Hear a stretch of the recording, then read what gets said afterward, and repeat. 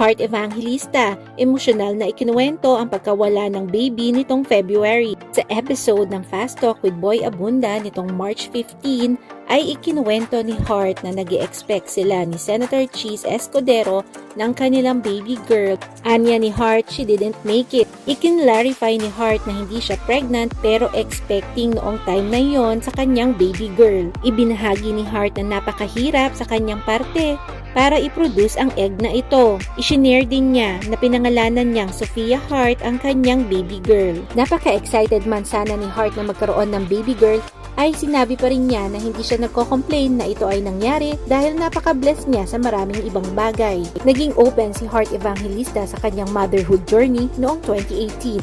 Nagka-miscarriage noon si Heart sa kanyang dinadala na twins. Sinabi naman ni Senator Cheese that he's predisposed to accept God's will.